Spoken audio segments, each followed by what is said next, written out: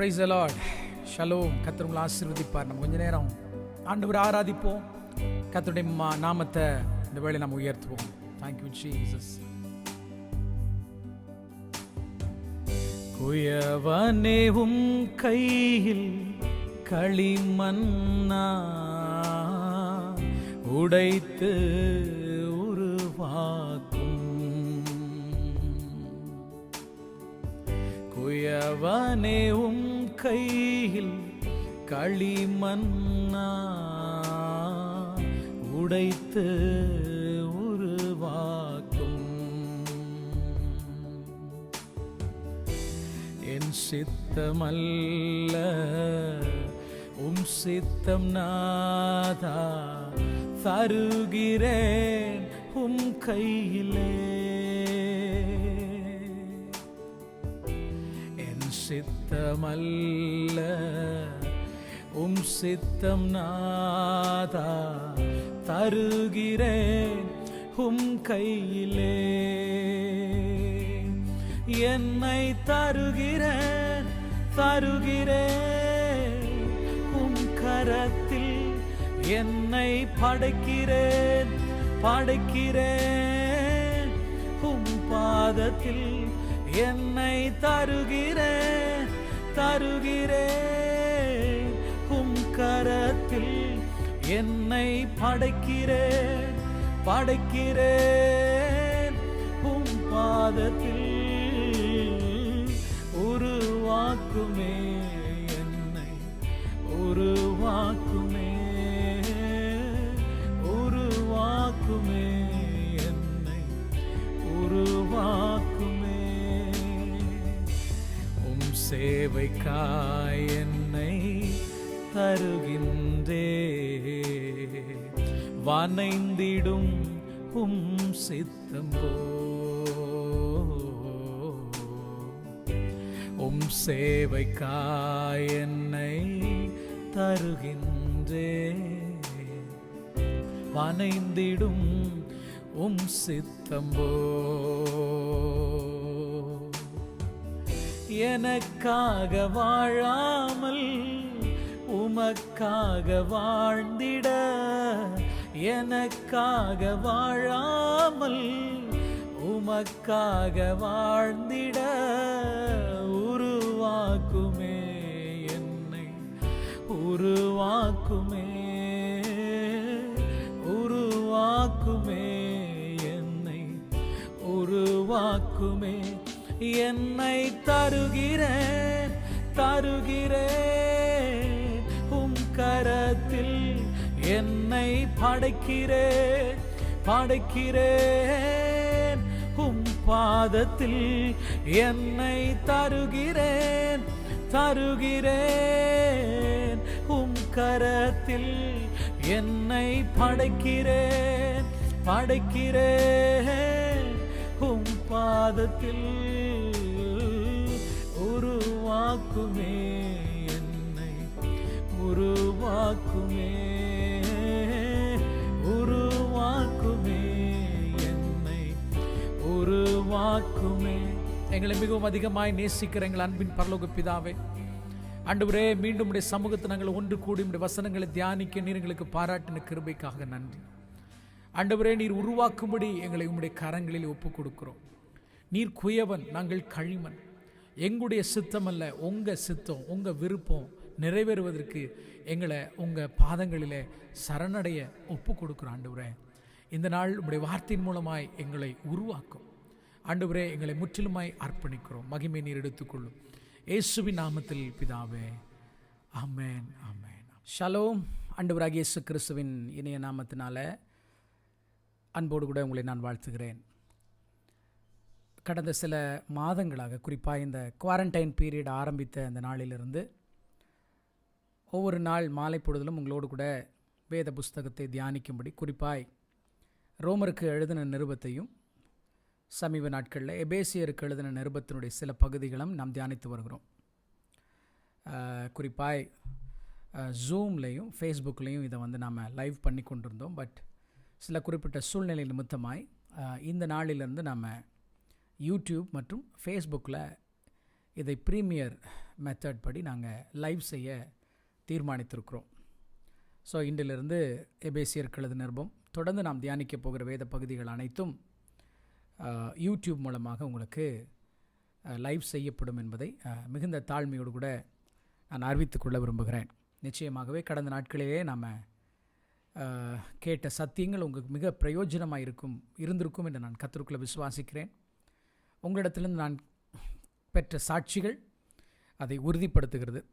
எல்லா மகிமையும் என் ஆண்டவர் ஒருவருக்கே நான் செலுத்துகிறேன். பிரியமான தேவனுடைய பிள்ளைகளே, இதுவரை நாம் எபேசியருக்கு எழுதின நிருபம் 2ஆம் அதிகாரம் 9ஆம் வசனம் வரை நாம் தியானித்திருக்கிறோம். எபேசியருக்கு எழுதின நிருபம் அப்போஸ்தலனாகிய பவுல் ரோமில் இருக்கும் பொழுது அவர் ஸ்தாபித்த எபேசு பட்டணத்தில் அவர் ஸ்தாபித்த திருச்சபைக்காக அவர் எழுதுகிற ஒரு கடிதம்.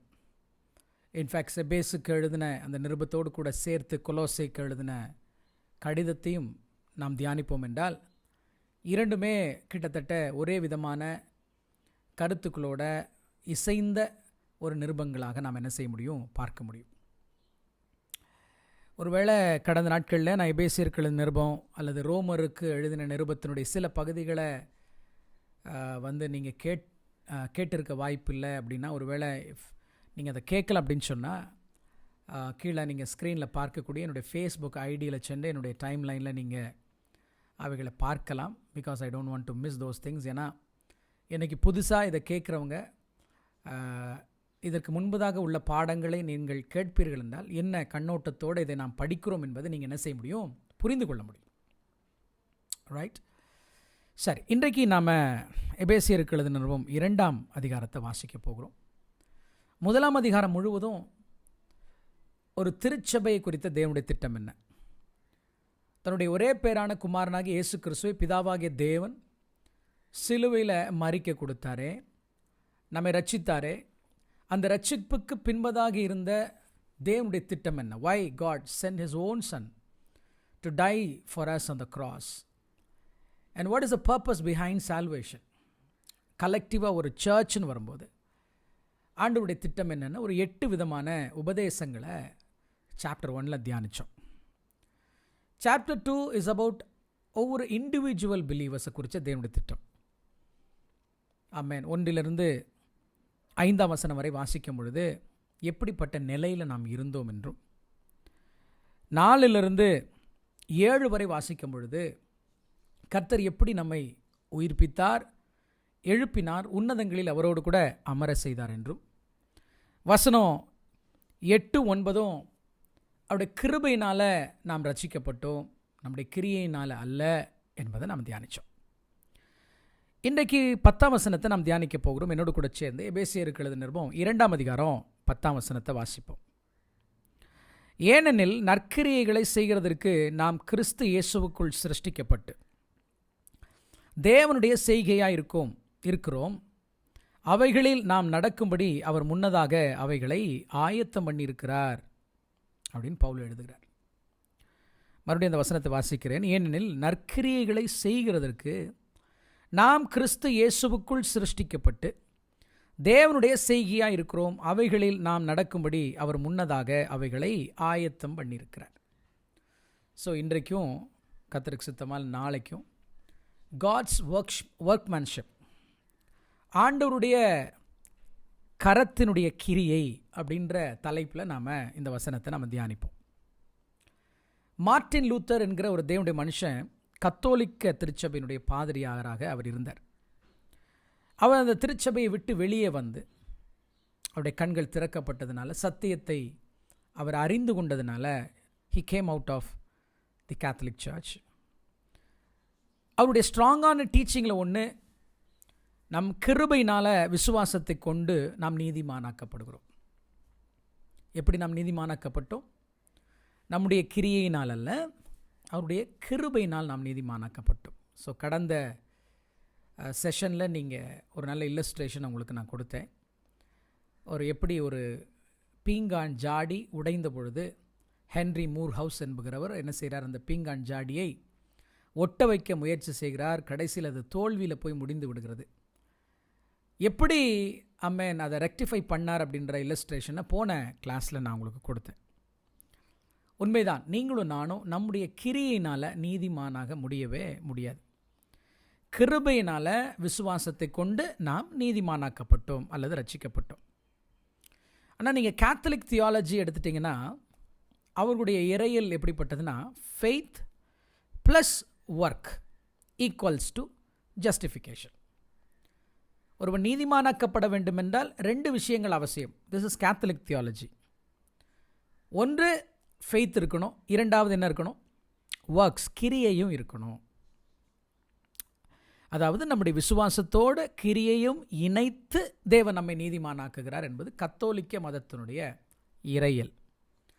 ஆனால் மார்ட்டின் லூத்தர் அதை விட்டு வெளியே வந்து அந்த புரொட்டஸ்டன்ட் தியாலஜியில் அல்லது சத்தியத்தை சரியான முறையில் வியாக்கியானம் பண்ணுகிற ஜனங்களுடைய பார்வையில் பார்த்தீங்க அப்படின்னா faith equals justification plus works. So விசுவாசம் என்பது அல்லது விசுவாசத்தினால கிருபையை கொண்டு ரட்சிக்கப்பட்டவன் அந்த வாழ்க்கையில் 2 இருக்கும். ஒன்று ஜஸ்டிஃபிகேஷன் இருக்கும், நீதிமானாக்கப்படுதலும் இருக்கும், கிரியையும் இருக்கும். ஸோ அதாவது நீதியின் கிரியையும் விசுவாசமும் நம்மளை நீதிமானாக்கிறதில்ல. விசுவாசம் நம்மளை நீதிமானாக்க செய்து நீதியின் கிரியைகளை செய்ய வைக்கிறது. This is a Protestant theology. Hallelujah. சரி, நீங்கள் பார்த்தீங்கன்னா 9ஆம் வசனத்தில் ரட்சிப்பை குறித்து ஆண்டவர் சொல்லும்போது இது கிரியையினால் உண்டானது அல்ல அப்படிங்கிறார். ஸோ இங்கே கிரியையை பற்றி 9ஆம் வசனத்தில் பேசும்பொழுது பவுல் வந்து நெகட்டிவாக பேசுகிறார். So when he mentions about the work in verse 9 நெகட்டிவாக பேசுகிறார். என்ன? கிரியினால் நம் நீதிமானாக்கப்படுவது இல்லை. ஆனால் வசனத்தில் நற்கிரியைகளை செய்கிறதற்கு நாம் கிறிஸ்து இயேசுவுக்குள் சிருஷ்டிக்கப்பட்டிருக்கிறோம் அப்படின்னு சொல்லும்போது இங்கே நற்கிரியைகளை செய்ய போகிறோம். எஸ், நம்முடைய லைஃப்பில் கிரியை இருக்கும் அப்படின்னு பவுல் சொல்லும்போது இந்த இடத்துல அவர் சொல்லும்போது கிரியையை குறித்து பாசிட்டிவாக சொல்கிறார். இப்போது வசனம் 9க்கும் 10க்கும் இடையில் டிஃப்ரென்ஸ் என்ன? ஸோ 9ல் கிரியை நெகட்டிவாக பேசுகிறாரு, 10ஆம் வசனத்தில் கிரியையை பாசிட்டிவாக பேசுகிறார். So what is the difference between the first and second verse? ரொம்ப simple. We are not saved by faith plus good works, but by a faith that works. மறுபடியும் சொல்கிறேன், விசுவாசம் மற்றும் கிரியையினால் நாம் ரட்சிக்கப்படலை, ஆனால் கிரியை செய்யும் விசுவாசத்தால் ரட்சிக்கப்பட்டிருக்கிறோம். ஹல்லேலூயா. We are not saved by faith and good works, but we have been saved by the faith that works. So வசனம் 9 மறுபடியும் ஒரு தடவை டீட்டெயிலாக நான் சொல்ல விரும்புகிறேன். என்னென்னா, அந்த இடத்துல ஏன் கிரியையை நெகட்டிவாக பேசுகிறாருன்னா, கிரியையினால் நம்ம நீதிமானாக்கப்படவே முடியாது. அதை அகெயின் இன்னொரு இல்லஸ்ட்ரேஷன் சொன்னால் உங்களுக்கு நல்லா புரியும்னு நினைக்கிறேன். ஏன்னா இதை புரிய வச்சுட்டு செகண்ட் நாம் வேர்ஸ் 10க்கு நம்ம வருவோம். ஏன்னா இன்றைக்கி பலர் வந்து தங்களுடைய கிரியையினால், தங்கள் செய்யக்கூடிய நல்ல செயல்களால், குட் ஒர்க்ஸ்னால் நீதியை சம்பாதித்து கொள்ள முடியும் அப்படின்னு நாங்கள் நினைக்கிறாங்க. இல்லை, அப்படி ஒரு நாளும் முடியவே முடியாது. உதாரணத்துக்கு உங்களுக்கெல்லாம் இந்த ஓல்டு ஃபேஷன்டு ஸ்கேல்ஸ் உங்களுக்கு தெரியும். அதாவது அந்த காலம் இல்லை, மேபி ஒரு 5 இயர்ஸ் ஈவன் ஸ்டில் நம்ம ஊரில் வந்து அந்த தராசை பயன்படுத்துவாங்க. ஸ்கேல் தெரியுமில்ல, தூக்கி பிடிக்கிற ஒரு தராசு. அப்போது நீங்கள் பார்த்தீங்கன்னா ஒரு சைடில் வந்து 1 கிலோ கல் இல்லையா, வெயிட் என்ன செய்கிறாங்க, வைக்கிறாங்க. ஸோ ஏதாவது ஒரு பொருளை 1 கிலோ வாங்கணும் அப்படின்னு சொன்னால் இந்த வெயிட்டுக்கு ஈக்குவலான ஒரு பொருளை, ஒரு சுகரையோ ஒரு what ever it might be, அந்த தராசினுடைய இன்னொரு பக்கத்தில் என்ன செய்வாங்க, அதை வச்ச உடனே 2 பேலன்ஸ் ஆகிட்டுனா அது வந்து okay, it's equal, it is balanced நம்ம சொல்கிறோம். இப்போ தான் டிஜிட்டல் வந்துட்டதுனால அந்த ஓல்டு டைப் ஆஃப் தராசு நமக்கு தெரியாது. ஃபார் எக்ஸாம்பிள், இப்போது ஒரு பக்கம் தேவனுடைய நீதியை நம்ம வைக்கிறோம். ஸோ தராசினுடைய ஒரு பக்கத்தில் எதை வைக்கிறோம்? ஆண்டவருடைய ரைச்சஸ்னஸ், தேவனுடைய நீதியை ஒரு பக்கம் வைக்கிறோம். இப்போது இந்த உலகத்தில் இருக்கக்கூடிய மனிதர்களை 3 டைப்பாக நம்ம பிரிச்சுக்குவோமே. ஒன்று த ஒர்ஸ்ட் சின்னஸ், இருக்கிறதுலே மோசமான பாவி, கொலகாரன், விபச்சாரக்காரன், வேசிக்கள்ளன் அப்படின்னு வச்சுக்கிடுவோம். எப்படி இருந்தாலும் அவன்கிட்ட கொஞ்சமாவது நல்லது என்ன செய்யத்தான் இருக்கும், இருக்கத்தான் செய்யும். சுத்தமாக 100% நன்மையே இல்லாமல் தீமையான ஒரு ஆளை நீங்கள் பார்க்க முடியாது. ஆமென். ஒருவேளை அவன் குடும்பத்துக்கு அவன் ரொம்ப மோசமானவனாக இருக்கலாம், மேபி சமுதாயத்துக்கு அவன் நல்லவனாக இருப்பான். சம்டைம்ஸ் சமுதாயத்துக்கு அவன் ரொம்ப மோசமானவனாக இருப்பான், குடும்பத்துக்கு நல்லவனாக இருப்பான். எங்கேயோ ஒரு நன்மை அவனுக்கு இருக்குது. அப்போ தேவனுடைய ஸ்டாண்டர்ட் ஆஃப் ரைச்சஸ்னஸுக்கு, தேவனுடைய நீதிக்கு சமானமாக இன்னொரு தராசில் அவனை தூக்கி அவனை வச்சோம் அப்படின்னா, அல்லது அவங்ககிட்ட இருக்கக்கூடிய கொஞ்சம் நன்மையை வச்சோம்னா எப்படி இருக்கும்னு நினச்சி பாருங்கள். கண்டிப்பாக சமமாகுமா? சமமாக வாய்ப்பே இல்லை. மேபி அவங்ககிட்ட ஒரு 1 கிராம், ஒரு 2 கிராம் நன்மை இருக்குதுன்னு வைங்களேன். 1 கிலோ உள்ள இந்த கல்லுக்கு அது என்ன செய்யாகுது, இணையாகவே ஆகாது. சரி, ரெண்டாவது, ஒரு ஆர்டினரி பர்சன், பெரிய மகா கொடிய பாவியில் நம்ம போல் சாதாரணமான ஒரு மனுஷன் வச்சுக்கிடுவோம். Is an ordinary person, S is a sinner. இப்போது பார்த்தீங்க அப்படின்னா, இப்போ அவனை தூக்கி இங்கே வைக்கிறோம், தராசில் வைக்கிறோம். மேபி அவனுடைய நீதி, அவன்கிட்ட கொஞ்சம் நன்மை அதிகமாக தான் இருக்குது, கொஞ்சம் நல்லவனாக தான் இருக்கிறான், மனசாட்சிக்கு அவன் கொஞ்சம் உண்மையுள்ளவனாக இருக்கிறான். ஸோ அவனை தூக்கி தராசில் வைக்கும் பொழுது அவனுடைய நீதி தேவனுடைய ஸ்டாண்டர்ட் ஆஃப் ரைச்சஸ்னஸுக்கு, தேவனுடைய நீதிக்கு ஈக்குவல் ஆகுமா? கண்டிப்பாக ஆகவே ஆகாது. மூணாவது, அதாவது மாரலி இஸ் கிரேட், ரொம்ப நல்லவன் அவன், யாருக்குமே ஒரு எறும்புக்கு கூட அவன் என்ன செய்யலை, துரோகம் செய்யாதவன். மாரலி, தார்மீக அடிப்படையில் அவன் மிகுந்த நல்லவன் அப்படின்னு நம்ம எடுத்துக்கிட்டாலும் சரி, அவனை கொண்டு போய் தராசில் வச்சோம்னா மேபி ஒரு 10 கிராம், ஒரு 15 கிராம், 100 கிராம், 200 கிராம், நீங்களே டிசைட் பண்ணிக்கோங்களேன். நிச்சயமாக சொல்கிறேன், தேவனுடைய நீதிக்கு, தேவனுடைய ஸ்டாண்டர்டுக்கு அவன் என்ன செய்ய முடியாது, ஒரு நாளும் ஈக்குவல் ஆக முடியாது, பேலன்ஸ் ஆக முடியாது. அந்த தராசு பேலன்ஸ் ஆகவே ஆகாது. இதனால தான் பவுல் சொல்கிறார், நம்முடைய நீதி அழுக்கான கந்தை. ரைட்? ஸோ ரட்சிப்பு அப்போ எப்படி நம்ம அடைவது, எப்படி தேவனுடைய பார்வையில் நாம் நீதிமான் ஆகிறது அப்படின்னா, இங்கே தான் ஆண்டவர் கிரியை செய்கிறார், இங்கே தான் இயேசு கிறிஸ்து வருகிறார். ஹல்லேலூயா. அதாவது நல்லா புரிஞ்சுக்கோங்க, when Jesus came, he didn't change the standard of his righteousness. தன்னுடைய பிதாவாகிய தேவன் எதிர்பார்க்கிற நீதியினுடைய ஸ்டாண்டர்ட் அவர் குறைக்கலை. நல்லா புரிஞ்சுக்கோங்க. இன்றைக்கி காலையில் ஒரு ஊழியக்கார் பிரசங்கித்ததை நான் கேட்டேன். அவர் சொல்கிறாரு, ஆண்டவர் நியாயப்பிரமாணத்தை மாற்றிவிட்டு, ஏன்னா நியாயப்பிரமாணத்தை போல் நம்ம நடக்க முடியாததுனால அவர் நியாயப்பிரமாணத்தை மாற்றிவிட்டு வேறொரு பிரமாணத்தை தந்தார் அப்படின்னு கேட்டார், சொல்கிறார். அப்போ எனக்குள்ள ஒரு கேள்வி இருந்தது, வேறொரு பிரமாணமா? அப்படி ஒரு பிரமாணமே பைபிளில் இல்லையே. No, never ever God changes his standard. நீங்களும் நானும் அவருடைய ஸ்டாண்டர்டுக்கு வாழ முடியல அப்படின்றதுக்காக தேவன் தன்னுடைய நிலையை அல்லது அவருடைய பரிசுத்தத்தை, அவருடைய நீதியினுடைய அந்த அளவை, தன்மையை அவர் குறைச்சிக்கல. நல்லா புரிஞ்சுக்கோங்க, பரிசுத்தமானவர். ஹல்லேலூயா. மாறாக என்ன செஞ்சார், தன்னுடைய குமாரனாகிய இயேசு கிறிஸ்துவை இந்த பூமியில் நமக்காக அனுப்பி நம்முடைய இடத்துல அவரை மரிக்க செய்து, நம்மிடத்தில் அவர் எதிர்பார்த்த நீதியை, என் அன்பு தேவனுடைய பிள்ளைகளை, ஆண்டவராகிய இயேசு கிறிஸ்துவின் மூலமாக நமக்கு தரும்படி தம்முடைய குமாரன் இந்த பூமிக்கு அனுப்பி அவரை நமக்காக மரிக்க செய்து என்ன செஞ்சார் தெரியுமா? பாவியாகிய நம்ம, மேபி நான் சொன்ன 3 மனிதர்களை கேட்டகரி 1 இருக்கட்டும், 2 இருக்கட்டும், 3 இருக்கட்டும், இட் டசன்ட் மேட்டர். உங்களை தூக்கி முதல்ல தெராசில் நிறுத்திட்டு, இரண்டாவதாக இயேசு கிறிஸ்து தன்னுடைய நீதியை உங்கள் மேலே என்ன செய்கிறாரு, வச்சு உங்களை நிரப்புறார். ஹல்லேலூயா. He made us to stand on the empty scale, took his righteousness, took the righteousness of Jesus. இயேசு கிறிஸ்துடைய நீதியை எடுத்து என்ன செய்கிறார், நம்மளை நிரப்புறார். விளைவு பேலன்ஸ் ஆயிட்டோம். ஹல்லேலூயா. விளைவு என்ன ஆயிட்டோம், பேலன்ஸ் ஆயிட்டோம்.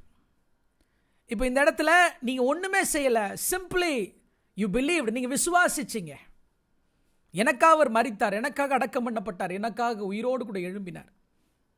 அவருடைய நீதி ஆண்டவர் எனக்கு என்ன செஞ்சார், இலவசமாக கொடுத்தார். நான் அதை விசுவாசிக்கிறேன். அப்படி நீங்கள் விசுவாசித்ததனுடைய விளைவு பிதாவாகிய தேவனுடைய ஆமென் அந்த ஸ்டாண்டர்டுக்கு அவர் எதிர்பார்க்கிற நீதி உங்கள் வாழ்க்கையில் இம்ப்யூட் பண்ணப்பட்டதுனால, பரிமாற்றம் செய்யப்பட்டதுனால, உங்கள் வாழ்க்கையில் நிரப்பப்பட்டதுனால இன்னைக்கு அந்த ஸ்கேலில் we are balanced with God. தேவனோடு கூட என்ன செஞ்சுருக்கிறோம்? பேலன்ஸாக நம்ம நின்று கொண்டு இருக்கிறோம். ஒரு ஆமேன் சொல்லுங்க பார்க்கலாம். ஆமேன். இதுதான் verse 9 chapter 2 verse 9ல கிரியையினால் நீங்கள் என்ன செய்யப்படவில்லை? ரட்சிக்கப்படவில்லை, கிருபையினால் ரட்சிக்கப்பட்டீங்க, நீதிமானாக்கப்பட்டீங்கன்றது இங்கே சொல்கிறார். ஸோ இங்கே சொல்கிற கிரியை வேற. இப்போ 10ஆம் வசனத்தில் சொல்லப்படக்கூடிய கிரியை என்பது, ஒர்க்ஸ் என்பது இட்ஸ் பிட் டிஃப்ரெண்ட். ஹல்லேலூயா. இப்போ ரட்சிக்கப்பட்டாச்சு, நீங்கள் நீதிமானாக்கப்பட்டு விட்டீர்கள். So what is now the necessity of good works? இப்போ இந்த இடத்துல என்ன கிரியை தேவைப்படுது அப்படின்றத நம்ம பார்க்க போகிறோம். ஹல்லேலூயா. நல்லா புரிஞ்சுக்கோங்க. Conversion is not the end, conversion is the beginning. இயேசு கிறிஸ்துவை நீங்கள் ஏற்றுக்கொண்டது முடிவல்ல, இயேசு கிறிஸ்துவை நீங்கள் ஏற்றுக்கொண்டது ஆரம்பம். அங்கே தான் உங்களுடைய ஆவிக்குரிய வாழ்க்கை என்ன செய்ய ஆரம்பிக்குது என்பதை நீங்கள் புரிந்து கொள்ள வேண்டும். 2 கொரிந்தியர் புஸ்தகம் 5ஆம் அதிகாரம் 17ஆம் வசனத்தின்படி, கிறிஸ்துவுக்குள் இருக்கிறவன் புது சிருஷ்டியாயிருக்கிறான், பழையவைகள் ஒழிந்து போயின, எல்லாம் புதிதாயின. 1, என்றைக்கு ஆண்டவராக இயேசு கிறிஸ்துவை நீங்கள் ஏற்றுக்கொள்ளுகிறீர்களோ அன்றைக்கு அவருடைய நீதி உங்கள் வாழ்க்கையில் பரிமாறப்பட்டு விட்டது. தேவனுடைய ஸ்டாண்டர்டுக்கான நீதியை இயேசு கிறிஸ்துவின் மூலமாய் நீங்கள் அடைந்து விட்டீர்கள். ஆகவே கிறிஸ்துவ வாழ்க்கையில் அடைய வேண்டியது எல்லாவற்றையும் அடைந்து விட்டோம், இதோடு முடிந்து விட்டது என்று நினைக்க முடியாது. அங்கே தான் கிறிஸ்துவ வாழ்க்கை ஆரம்பிக்குது. என்ன ஆரம்பிக்குதுன்னா, அவருக்குள் நீங்கள் புது சிருஷ்டியாக இருக்கிறீங்க. You become a new creation. We become a part of new creation. தேவனுடைய சிருஷ்டிப்பினுடைய வேலை உங்களுக்கு ஆரம்பிக்குது. ஹல்லேலூயா. ஆமென். இதைத்தான் நாம் வாசிக்கிறோம். நற்கிரியைகளை செய்கிறதற்கு நாம் கிறிஸ்து இயேசுவுக்குள் சிருஷ்டிக்கப்பட்டு a new creation. We are part of God's new creation. தேவனுடைய புதிய சிருஷ்டிப்பு உங்களுக்குள்ள என்ன செய்ய ஆரம்பிக்கிறது. அங்கே தான் வேலையை ஸ்டார்ட் ஆகுது. இயேசு கிறிஸ்துவை ஏற்றுக்கொண்ட நாளிலிருந்து கர்த்தர் உங்களை என்ன செய்கிறாரு? தன்னுடைய கரத்தை வச்சு அங்கேருந்து வேலையை ஸ்டார்ட் பண்ணுறார். ஹல்லேலூயா. நல்லா புரிஞ்சுக்கோங்க. இயேசு கிறிஸ்து இன்றைக்கும் அவர் கிரியை செய்து கொண்டிருக்கிறார். அவர் சொல்லுகிறது, என் பிதாவாகிய தேவன் கிரியை செய்து கொண்டிருக்கிறார், ஆதி முதல் கிரியை செய்து கொண்டிருக்கிறார், நானும் என்ன செய்து கொண்டிருக்கிறேன்? கிரியை செய்து கொண்டிருக்கிறேன். ஹல்லேலூயா. அதாவது ரட்சிக்கப்பட்டதுக்கு பின்பதாக இருக்கக்கூடிய கிரியையை குறித்ததான இறையில் இன்றைக்கி நிறைய நெக்லெக்ட் பண்ணப்பட்டது. குறிப்பாக இந்த சமீப நாட்களில் அந்த இவாஞ்சலிக்கல் சர்ச்சஸ்ல எல்லாம் பார்த்தீங்க அப்படின்னா, அதாவது நான் ஏற்கனவே சொன்ன கேத்தலிக் தியாலஜி எப்படிப்பட்டது? கிரியையும் விசுவாசத்தையும் இணைத்து நீதிமானாக்கப்படுதல் என்கிறது. அது தவறு. வேத வசனத்தினுடைய இறையில் என்ன? சரியான இறையில் விசுவாசத்தினால கிருபை கொண்டு ரட்சிக்கப்பட்டீங்க. ரட்சிக்கப்படுகிறதுனால உங்களுக்குள்ள நீதியும் வருகிறது. இரண்டாவது கிரியையும் உங்களுக்குள்ள வர ஆரம்பிச்சிச்சு. அந்த கிரியை என்னன்றதை நம்ம பின்னாடி பார்ப்போம். ஆனால் இன்றைக்கு இருக்கக்கூடிய பல சபைகள் எதை டீச் பண்ணுறாங்கன்னா, கிரியையை பற்றியே பேசுகிறதே கிடையாது. They have divorced sanctification from justification. நீதிமானாக்கப்படுதல் ஒன்று இருந்தால் போதும், அதுக்கப்புறம் மேலே நம்ம ஒன்றும் செய்ய வேண்டிய அவசியம் இல்லை, எல்லாம் முடிஞ்சு போச்சு. நம்முடைய கிரியைகளுக்கு என்னல்ல ஒரு இடமுமே இல்லை அப்படின்ற தியாலஜி இப்போ ரொம்ப வேகமாக பரவி வருகிறத நான் உங்களுக்கு சுட்டி காட்ட விரும்புகிறேன். They have neglected the theology of works. Hallelujah. அதாவது மறுபடியும் சொல்கிறேன், கவனமாக புரிந்து கொள்ளுங்க. ஒர்க்குனால நம்முடைய செயல்களால் ரட்சிக்கப்பட முடியாது. ஆனால் ரட்சிக்கப்பட்டவனுடைய வாழ்க்கையில் நல்ல செயல்கள் கண்டிப்பாக என்ன செய்யும்? இருக்கும். ஹல்லேலூயா. நல்லா புரிந்துக்கோங்க. ஏன்னா இன்றளவும் நம்முடைய ஆண்டவராக இயேசு கிறிஸ்து கிரியை செய்து கொண்டிருக்கிறார் என்பதில் எந்த சந்தேகமும் இல்லை. கர்த்தர் எப்படி கிரியை செய்கிறார்? சரி, ஒரு வசனத்தை காமிக்கிறேன். பிலிப்பியருக்கு எழுதின நிருபம், அப்போஸ்தலனாகிய பவுல் பிலிப்பியருக்கு எழுதின நிருபம் 2ஆம் அதிகாரம் 13ஆம் வசனத்தை வாசிப்போமா? ஏனெனில் தேவனே தம்முடைய தயவுள்ள சித்தத்தின்படி விருப்பத்தையும் செய்கையையும் உங்களில் உண்டாக்குகிறவராய் இருக்கிறார் என்று அப்போஸ்தலனாகிய பவுல் சொல்கிறார். அப்போ நமக்குள்ள வாசம் பண்ணுகிற பரிசுத்த ஆவியானவர் நம்மை நீதிமானாய் மாற்றினது மாத்திரமல்ல, ஆண்டவர் எதற்காக நம்மை சிருஷ்டித்தாரோ அந்த சிருஷ்டிப்பினுடைய நோக்கம், அந்த புதிய சிருஷ்டியினுடைய நோக்கம் நிறைவேற வேண்டும் என்பதற்காக, ஒன்று அவர் நமக்குள்ள கிரியை செய்து கொண்டிருக்கிறார், இரண்டாவது அவர் நம்ம மூலமாக கிரியை செய்து கொண்டிருக்கிறார். ஹல்லேலூயா. இயேசு கிறிஸ்து, இப்போ நான் சொல்றது ரொம்ப கவனமாக கேட்கணும். இயேசு கிறிஸ்து நமக்காக சிலுவையில் 2000 ஆண்டுகளுக்கு முன்பதாக மரித்த போது மீட்பினுடைய கிரியையை அவர் செய்து முடித்தார். When Jesus died on the cross, he finished the work of redemption for our sins. நாம் செய்த பாவத்தின் நிமித்தமாக நம்மை மன்னிக்கும்படியாகவும், பாவத்தினுடைய அடிமைத்தடத்திலிருந்து நம்மை மீட்கும்படியாகவும், பிதாவாகிய தேவன் எதிர்பார்த்த கிரியையை மாத்திரம்தான் சிலுவையில் ஆண்டவர் செய்து முடித்தார். நல்லா புரிஞ்சுக்கோங்க, இயேசு கிறிஸ்து எல்லாவற்றையும் செய்து முடித்தாரா? இல்லவே இல்லை. எல்லாவற்றையும் அவர் செய்து முடிக்கலை. அவர் அப்படி எல்லாவற்றையும் செய்து முடித்திருப்பார் என்றால் இன்றைக்கு பிதாவினுடைய வலது பாரிசத்தில் உங்களுக்காக எனக்காக அவர் பரிந்து பேச வேண்டிய அவசியமே இல்லை. உங்களை மீட்பதற்காக, இந்த பூமியை மீட்பதற்காக நியாயப்பிரமாணம் எதிர்பார்த்திருந்திருக்கிற கட்டளைகளை, பிதாவாகிய தேவன் எதிர்பார்த்த விஷயங்களை இயேசு கிறிஸ்து நிறைவேற்றி முடித்தார். இன்றைக்கு மரித்து அடக்கம் பண்ணப்பட்டு உயிரோடு கூட எழும்பி பரலோகத்தில் பிதாவுடைய வலது பாரிசத்தில் வீற்றிருக்கிறார். Now he is doing the unfinished works. இன்னும் அவர் முடிக்காத கிரியைகளை இப்போ என்ன செஞ்சிட்டு இருக்கார்? செய்து கொண்டிருக்கிறார். He is busy. ஹல்லேலூயா. என்ன செய்து கொண்டிருக்கிறார்? எடுத்து வாசிப்போமா? எபிரேயருக்கு எழுதின நிருபம் 13ஆம் அதிகாரம் 20-21. எல்லாவற்றையும் ஆண்டவர் செஞ்சு முடிச்சிட்டாருங்க, எல்லாவற்றையும் செஞ்சு முடிச்சிட்டாருங்கன்னு சொல்லி ஏமாந்துடாதீங்க. எஸ், எதை செய்ய வேண்டுமோ அவைகளை செய்து முடித்தார். அதனால தான் சிலுவையில் எல்லாம் முடிந்தது அப்படின்றார். எல்லாம் முடிந்ததுன்னா என்ன? நியாயப்பிரமாணத்தில் பலிகளை குறித்ததான, மனிதனுடைய மீட்பை குறித்ததான, பாவ மன்னிப்பை குறித்ததான விஷயங்களை அவர் செய்து முடித்தார். இப்போ நீங்களும் நான் அவருடைய மனவாட்டி. வாசிப்போம் எபிரேயருக்கு எழுதின 13ஆம் அதிகாரம் 20-21. நித்திய உடன்படிக்கையின் இரத்தத்தினாலே ஆடுகளுடைய பெரிய மெய்ப்பரான நம்முடைய கர்த்தராகிய இயேசுவை மரித்தோரிலிருந்து ஏறி வர பண்ணின சமாதானத்தின் தேவன் இயேசு கிறிஸ்துவை கொண்டு தமக்கு முன்பாக பிரியமானதை உங்களில் நடப்பித்து, நீங்கள் தம்முடைய சித்தத்தின்படி செய்ய உங்களை சகலவித நற்கிரியைகளிலும் சீர்பொருந்தினவர்களாக்குவாராக. அவருக்கே என்னென்னைக்கு மகிமை உண்டாவதாக. ஆமேன் என்று எபிரேயருக்கு எழுதின நிருபத்தில் ஆமேன் எழுதினவர் சொல்கிறார். என்னவா? இயேசு கிறிஸ்துவை கொண்டு தமக்கு முன்பாக பிரியமானதை உங்களில் நடப்பித்து. அப்போ ஒன்று, பிதாவாகிய தேவன் என்ன செய்கிறார்? கிறிஸ்துவை கொண்டு உங்களில் சிலர் விஷயங்களை நடப்பித்து. உங்களில், அந்த வேர்டை கவனிங்க. In you. What Christ did on the cross is for you. உங்களுக்காக. ஸோ சிலுவையில் செய்து முடித்தது உங்களுக்காக அவர் செய்து முடித்தது. இப்பொழுது என்ன செய்து கொண்டிருக்கிறார்? உங்களுக்குள் செய்து கொண்டிருக்கிறார். He is doing something in you. என்ன செய்கிறாரா? பிதாவுக்கு பிரியமானதை உங்களில் நடப்பித்துக் கொண்டிருக்கிறார்.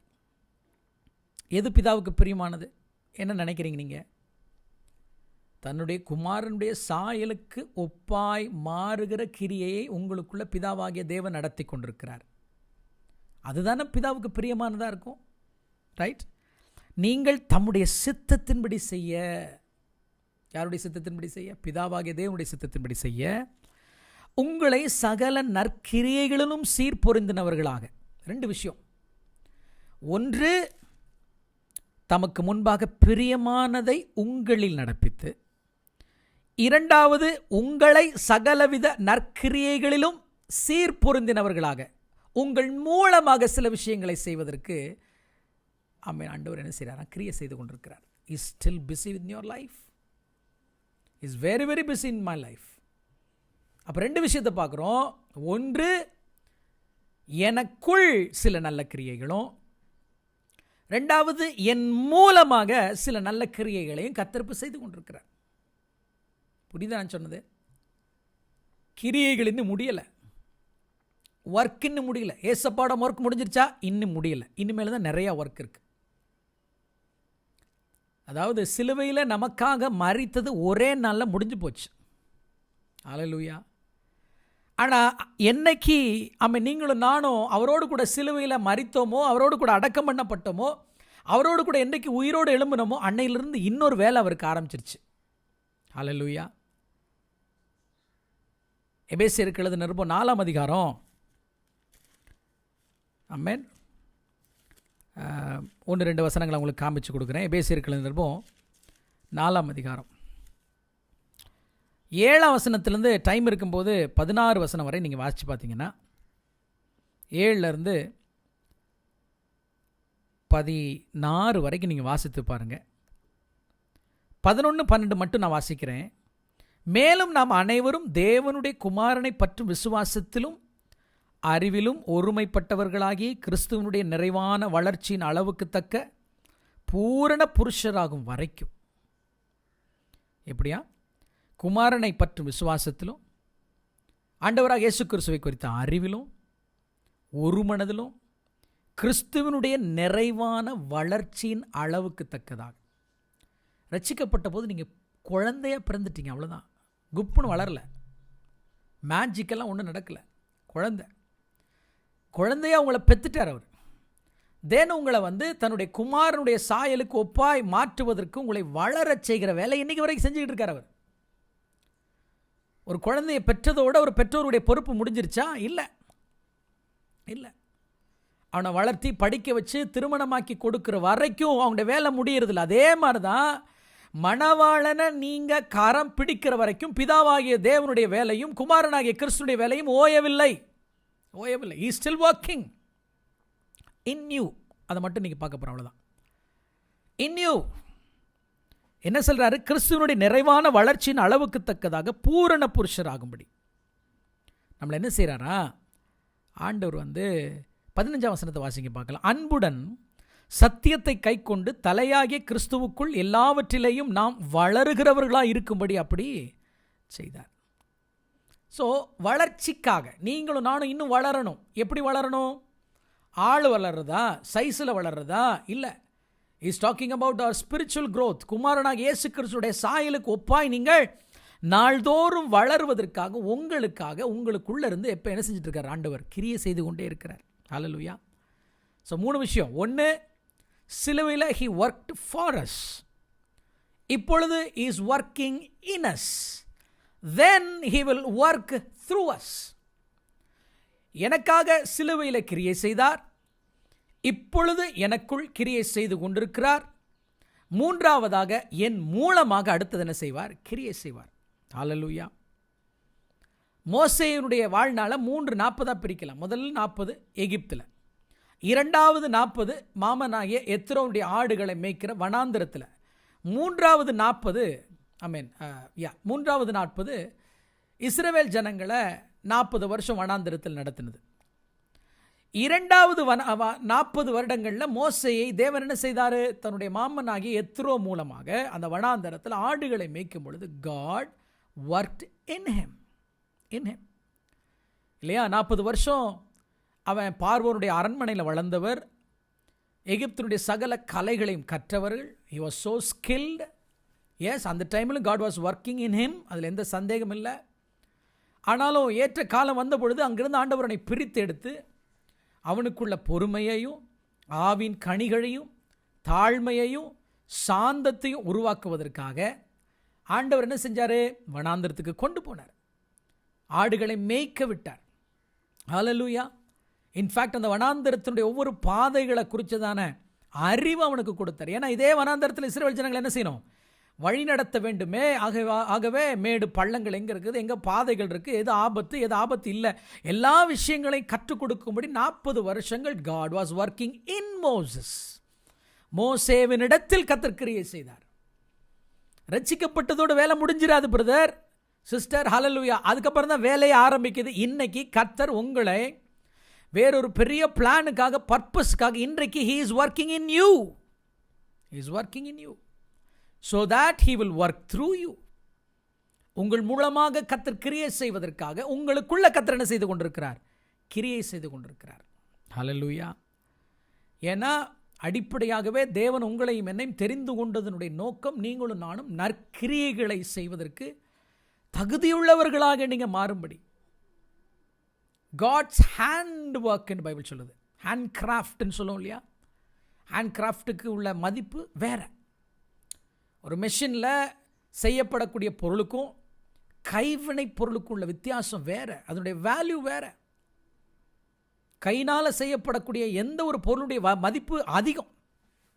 நீங்களும் நானும் அப்பாவோட கை உங்கள் மேலே இன்னைக்கு பட்டிருக்குது. குயவனுடைய கை களிமண்ணாகிய உங்கள் மேலே பட்டிருக்குது. என்னைக்கு ரட்சிக்கப்பட்டீங்களோ அன்றைக்கி முடிஞ்சு போகல வாழ்க்கை, எல்லாம் முடிஞ்சிச்சு. அப்பா இயேசு கிறிஸ்துவை ஏற்றுக்கொண்டு இனிமேல் பரலோகத்துக்கு போயிடுவேன் அப்படின்னா அன்னைக்கே ஆண்டவர் உங்களை எடுத்துருப்பார் பரலோகத்தில். ஸ்டில் இன்றைக்கி வந்து பூமியில் வைத்திருக்க காரணம் என்ன? இப்போ உங்களை தூக்கி திரிகையில் வச்சுருக்காரு. திரிகை தெரியுமா? குயவன் என்ன செய்வார்? களிமண்ணை வணைவதற்காக முதல்ல ஒரு வீலில் வச்சு சுற்றுவார். இப்போ வீலில் ஆண்டவர் சுற்றிட்டு இருக்கார். தூக்கி மேலே வச்சுட்டார். தலையெல்லாம் சுற்றுது. ஆமென். அவருடைய கை நம்ம மேலே பட்டிருக்கு. இப்போ பிணைய ஆரம்பிச்சிட்டார். இப்போ தான் அவர் நமக்குள்ள கிரியை செய்து கொண்டிருக்கிறார். நமக்குள்ள கிரியை செய்து கொண்டிருக்கிறார். ஹல்லேலூயா. Work, it didn't stop. It didn't stop. The fast you've been, you humble yourself before God. எந்த அளவுக்கு நீங்கள் சீக்கிரமாக உங்களை அர்ப்பணித்து தேவன் உருவாக்குகிற பாத்திரமாய் உருவாக்கப்படுவதற்கு அவர் கையில் நீங்கள் அர்ப்பணிக்கிறீர்களோ அவ்வளவு சீக்கிரமாக தேவன் உங்களை பயன்படுத்த ஆரம்பிச்சிடுவார். Because he is working in you, because to work through you. Amen. He recreates. ஆண்டவர் வந்து அன்னைக்கு ஆதாமை படைத்த பொழுது, ஏவாளை படைத்த பொழுது அவங்கள கொண்டு இந்த பூமியை அழகுபடுத்த விரும்பினார். ஆல்ரெடி தேவனுடைய சிருஷ்டி அழகு தான். ஆனால் அவங்ககிட்ட சொன்னார், நீ பண்படுத்துப்பா, நீ அழகுபடுத்து. நீ என்னதுக்கெல்லாம் பேர் வைக்கிறோ, நீ வைக்கிற பேர் தான். ஆண்டவர் அவனை பயன்படுத்த விரும்புகிறார். he wants to be productive. அவன் செழிப்பானவனாக மாறணும். அவன் வந்து செழிப்பு மீன்ஸ் அவன் வந்து ஆசீர்வாதமாக மாறணும். ஆமென். அவனை படைச்ச நோக்கம் நிறைவேறணும். he should rule the world. ஹல்லேலூயா. என் அன்பு தேவனுடைய பிள்ளைகளே, அந்த ஆளுகைக்குள்ள கொண்டு வந்து ஆதாம் ஆண்டவர் நிறுத்துறார். ஆனால் அவன் இழந்துட்டதுனால இன்றைக்கி திரும்ப ஆண்டவர் ரீக்ரியேட் பண்ணுறதுக்காக நம்மளை ரீஜெனரேட் பண்ணியிருக்கார். அதாவது ரட்சிப்புன்ற போது இந்த ரீஜெனரேஷன்ற வேர்டை நம்ம படிச்சிருப்போம் ரோமன்ஸில் படிக்கும்போது இல்லையா? ரீஜெனரேஷன் தான் ரட்சிப்பு. மறுபிறப்புன்ற வேர்டை தான் நம்ம ரீஜெனரேஷன் சொல்லுவோம். இயேசு கிறிஸ்துவை ஏற்றுக்கொண்டதுக்கப்புறம் என்ன ஆயிட்டோம்? ரீஜெனரேட் ஆனோம், மறுபிறப்பு அடைந்திருக்கிறோம். ஹல்லேலூயா. ஆண்டவர் என்ன செய்கிறார்? மறுபிறப்பு அடைந்தவர்களை அம்மேன் இன்னும் நேர்த்தியாக வளர்த்துகிறார். ஹல்லேலூயா.